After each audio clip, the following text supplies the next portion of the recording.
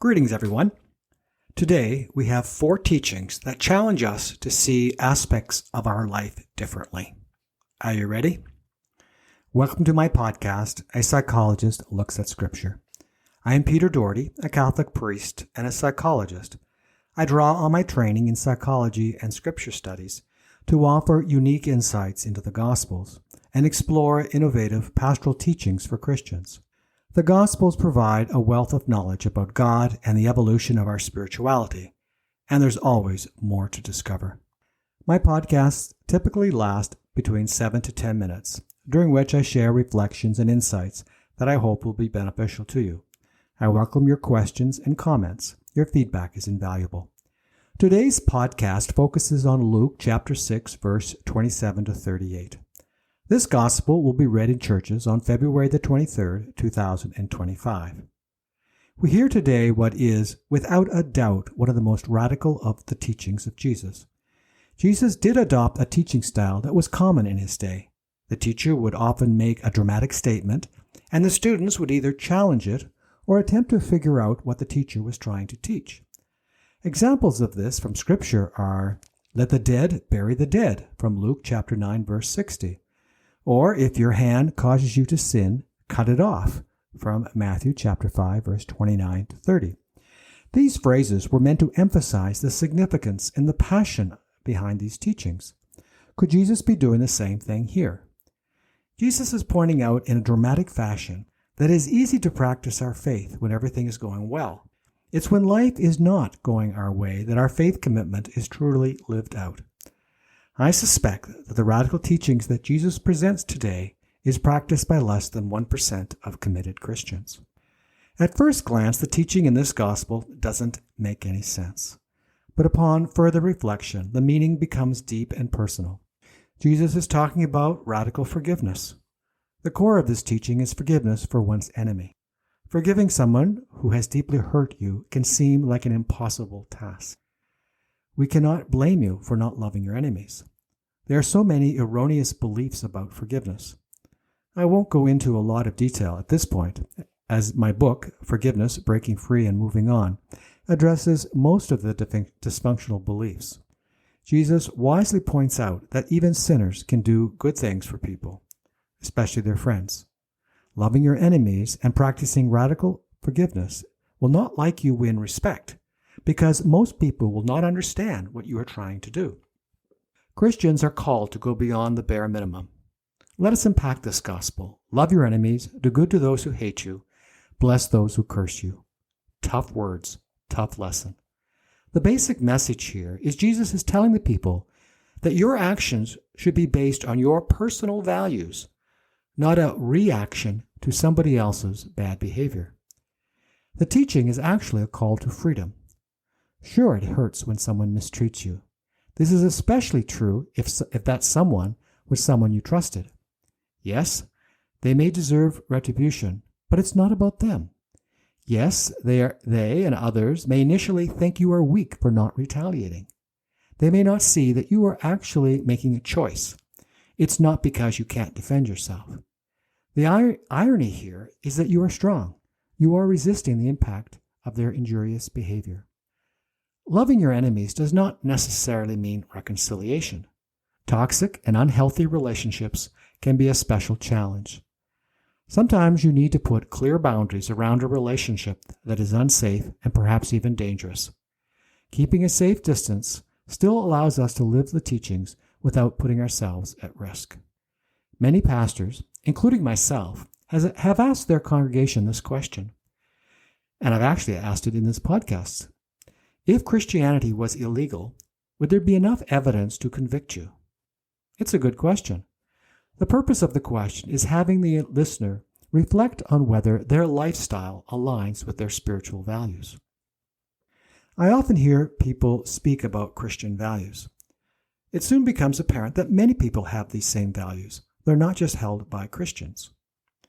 Martin Luther King Jr. stated that darkness cannot drive out darkness, only light can. Hate cannot drive out hate, only love can. He builds a compelling case for avoiding hatred. I also think of Gandhi, whose peaceful, nonviolent protest had a significant impact on achieving the independence of India and Pakistan from the British. Peace and nonviolence can be powerful forces for change. Sometimes it is difficult to determine what is revenge or corrective measure or what is a natural consequence of a poor choice. If you are serious about growing in your spirituality, always be aware of your motivations. Sometimes we may have to take action. Let our motivation always be the decision to build, to support, and to challenge, and to give instruction. There is no room in the spiritual person for revenge, jealousy, or enjoying another person's misfortune. You may have heard the term tough love. Tough love is a way of dealing with someone by treating them sternly or harshly, all with the intent to help them overall. It's often used to address undesirable behavior and encourage personal growth, develop boundaries, resilience, and independence. I sit on the Student Progress Committee at a university where I teach. The task of the committee is to help failing students. Sometimes it means dismissing students who are not passing their courses. When I was first appointed to the committee, I was all for giving second or even third chances. I didn't want to squash anyone's dream. A few weeks after I started, one of my colleagues asked me if it was ethical to allow a student to continue their academic program when there was little indication that they would be successful. They would incur more debt and loss of time for each semester they stayed. Am I punishing a student who is failing, or am I trying to help them by redirecting them to a more successful choice? Again, it's motivation. Jesus' teaching makes good psychological sense. For example, if someone does take your coat, let them have your tunic. It is a metaphorical way of saying that there is nothing they can do that will upset you. They don't have power over you. You don't lose the right to decide how you want to respond in the presence of mean-spirited behavior. Jesus is specific about how we are to live with people we do not like. We are not to condemn and struggle to be forgiving. We need to recognize that when we condemn, we inadvertently miss some good in the person. I'm a strong believer that no one is born bad. We don't know the full story of another person's journey. We may even be cutting off the possibility for someone to change for the good. I try to pray for someone who has hurt me, but I know it's not easy. Sometimes I'd like to pray that they recognize their mistake and beg for my forgiveness. But reality sets in, and I realize that I am called to pray for them and for their good intentions. Going back to the podcast released last week, where we are called to be peacemakers, we realize that by not retaliating, we reduce the chance that the conflict will escalate.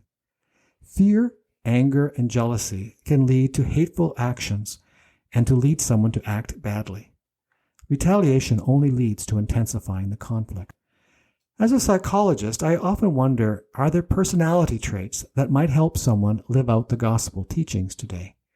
For my research, I propose that the personality traits that help us are forgiveness, agreeableness, emotional stability, empathy, self-awareness, a focus on relationships, and an optimistic outlook on life.